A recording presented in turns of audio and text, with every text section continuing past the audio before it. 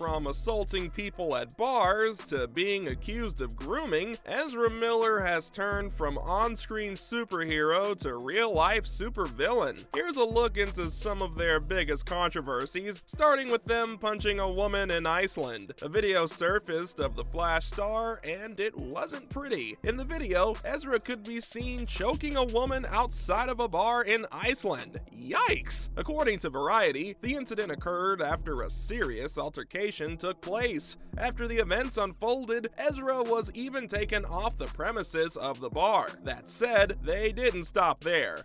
Idea of the way gender and sexuality works, and I think we've created this really superfluous sort of like binary in the way we think about gender, and They took the fight outside, which is where they went way too far and proceeded to choke the poor woman. But wait, there's more! Quite some time later, the woman who was choked in the video spoke up about her side of the story. She stated that it all started off as just some banter between her and the actor, but her friend continued to antagonize Ezra, and the star was apparently not having it. This is why the whole situation escalated, which of course Miller wasn't too keen on being made fun of, which is why they speeded their way out of the bar in a fit of rage. Actions befitting of Reverse Flash, but not really our good old Barry Allen in my opinion. Speaking of rage, it seems like there's another controversy that's got the internet very angry. This is when Miller posted a cryptic message to the KKK, which was downright weird. They did so in an Instagram post, which has since been removed. In it, Miller seems to be threatening members of the KKK in North Carolina. Ezra suggested that the members shoot themselves with their own guns. Not just that, he even sent death threats to them, saying that if they didn't do it themselves, we would just come to do it for them.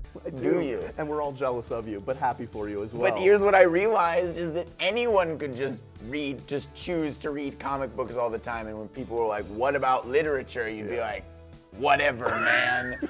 I'm not really sure who the we is in this situation, but count me out, Ezra. Look, no one's a fan of the KKK. I feel like that doesn't need to be stated. But calling for violence with a platform as large as Ezra's is definitely problematic. Imagine if one of their fans did actually go out and shoot someone. I highly doubt Miller would come to their aid in that case. Just something to think about. As you may have guessed, the video exploded in virality, and even though it got deleted, it was reposted on the internet tons of times. Ezra stated that this wasn't meant as a joke, and that they don't consider themselves a clown piece. Well, we're all laughing regardless. Oh, and I'm just getting started with their list of controversies, because later in March 2022, they were arrested for 2 separate incidents of disorderly conduct and harassment. Can you believe it? Apparently, the filed police report stated that the actor got into a fight with a group of people at a karaoke bar, or as Ezra calls it, just a regular old Tuesday. The star started hurling derogatory terms at the karaoke singers, and at one point they even took away the microphone from them, then proceeded to throw it as another person who was just playing darts. Hey, how'd that guy get involved in any of this? The actor was served a $500 fine for this, and that wasn't even the only controversy of theirs from March. In the same month,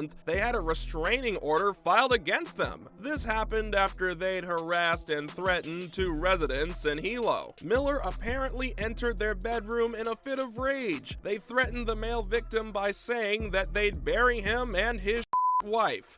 Ezra, take a chill pill once in your life. The legal document that was filed for the incident stated that Ezra also stole 2 belongings from the couple, plus their social security card, wallet, passport, bank cards, and even a driver's license. So they're a full-blown thief at this point. Honestly, DC has quite a colorful roster of actors. I'll give them that. If Miller is ever hired to play a villain in the DCU, I think they may just be the best method method actor around. In the end, though, a judge dismissed the restraining order at the order of the same couple. Either they were feeling a bit generous, or I'm guessing Warner Brothers swooped in behind the scenes and ordered them a good chunk of change. Considering Miller stole a bunch of their stuff and even threatened to kill them, I'm guessing it was the latter. And if you thought this was the end of it, think again. Because a month later, Miller was accused of second-degree assault. This time it seems they were found causing trouble at a traffic stop in Hawaii of all places. And when they were asked to leave, they got all agitated. Pretty par for the course at this point. Things took a turn for the worse when they threw an entire chair at a woman, and this led to her suffering from a half-inch cut. Oh, and believe me, it gets worse. Within just a few months, Miller was accused of grooming. According to the official court documents, the parents of a Native American activist had tons of things to say. They mentioned that Miller had been grooming their daughter since she was 12. At first, the parents thought Ezra simply liked their daughter in an innocent way. But as time passed, it became clear that the star really was anything but. They claimed that the actor drugged their child over the years and even displayed cult-like behavior. Honestly, considering this is the same person that called for people to go out and shoot people, I kind of don't doubt that. The parents also stated that Miller was displaying manipulative and controlling behavior. The girl who was accused downplayed these claims, though. She stated that the Flash star has only ever shown love and support to her. No one quite knows what the full scoop is, but one thing is for certain, Miller continued to do more crimes. This time it was August 2022, and they broke into a home in Vermont to steal multiple bottles of alcohol. The police charged the star with the crime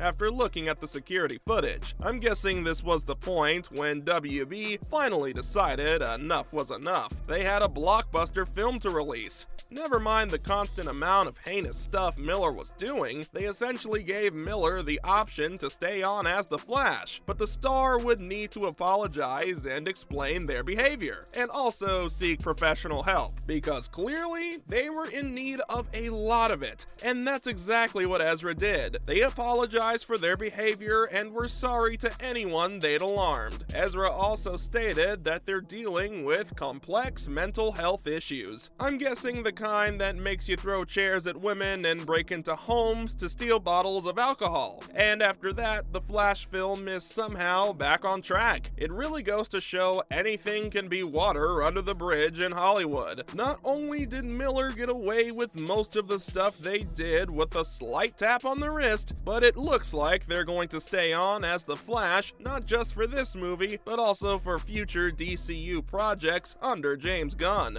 That's honestly mind-blowing to me. That said, I can't help but feel there's going to be a dark cloud over the Flash movie. The entire time I'm seeing it, I won't be able to overcome the fact that this is the same guy that did all those crimes just a year earlier. But maybe that's just me. That's all for the major controversies about Flash star Ezra Miller.